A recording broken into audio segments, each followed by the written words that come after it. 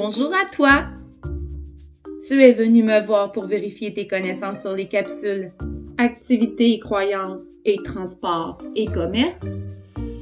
J'espère que tu as bien écouté lors de ces 2 capsules. Mais si jamais tu as oublié certaines informations, mon quiz va t'aider et tu pourras ainsi consolider tes connaissances. T'es prêt? On y va! Question 1.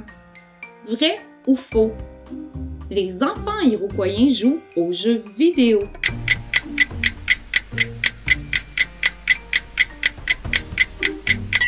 Bien sûr que c'est faux. Ils s'amusent plutôt à faire semblant d'être des adultes puisqu'ils jouent à la guerre et à la chasse. Ils ont aussi certains jouets fabriqués comme des poupées.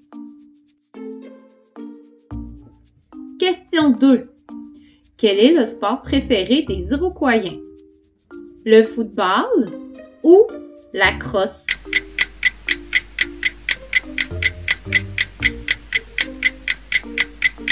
Non, ce n'était pas le football, mais bien la crosse. C'est un jeu qui se pratique avec un bâton, un filet, une balle et des buts. À l'époque des Iroquois, une partie pouvait durer plusieurs jours, mais de nos jours, les parties sont beaucoup moins longues, heureusement. Question 3. Chez les Iroquois, quelle saison est la plus propice pour faire la fête? L'été ou l'hiver?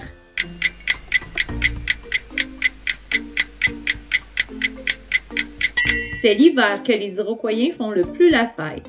Et la raison est très simple. C'est qu'ils ont beaucoup moins d'occupation à cette saison. Vrai ou faux? Le powwow était une fête où l'on réglait des conflits, nouait des alliances et faisait du commerce.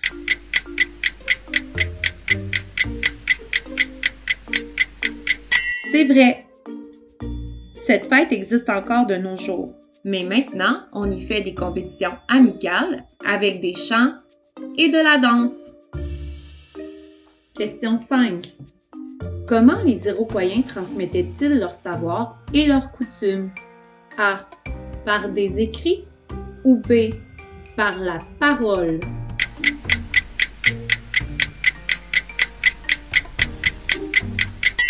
La réponse est B. Par la parole. Les Iroquois n'avaient pas de réelle forme d'écriture. Donc, leurs connaissances étaient transmises par les plus vieux aux plus jeunes. Et ce procédé était employé à chaque génération. Question 6. Comment se nomme celui qui communique avec les esprits? A. Le chaman ou B. Le sachem?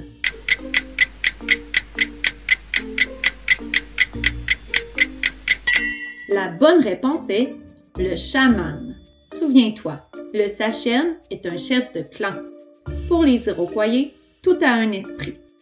Pour arriver à communiquer avec un esprit, le chaman fait des danses, des chants et se sert de différents objets.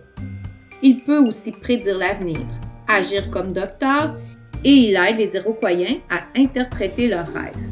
C'était un homme ou une femme très occupé. Numéro 7. Comment se déplaçaient les Iroquois principalement? A. À pied ou B. À bicyclette?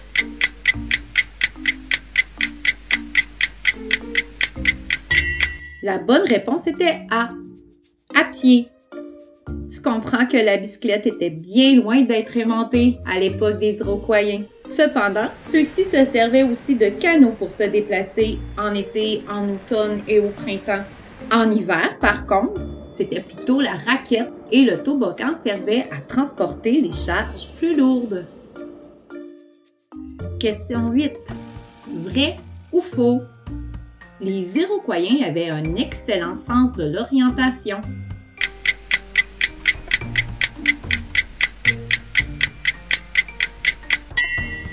C'est bien vrai.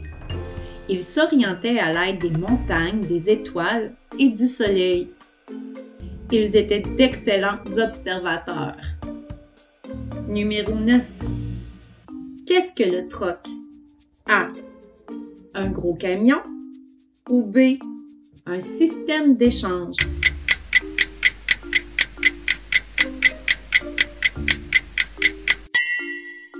La bonne réponse est un système d'échange. Les Iroquois échangeaient des objets ou encore de la nourriture avec d'autres villages, mais aussi avec d'autres nations comme les Algonquiens. Ils se donnaient rendez-vous surtout l'été ou à l'automne pour faire ces échanges. Ils pouvaient ainsi acquérir des choses qu'ils ne retrouvaient pas sur leur territoire. Question 10. Qu'est-ce qu'un wampum? A. Une maison. B. Une parure.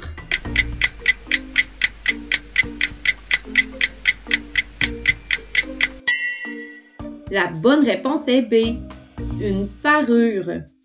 Pour être plus précis, il s'agit d'un collier ou d'une ceinture que l'on porte lors des événements importants. C'est un objet très précieux pour les Iroquois. Voilà, c'est tout pour aujourd'hui. J'espère que ça t'a aidé à rafraîchir tes connaissances. Tu peux écouter les 2 autres capsules suivantes. Et tu peux t'abonner aussi. À la prochaine!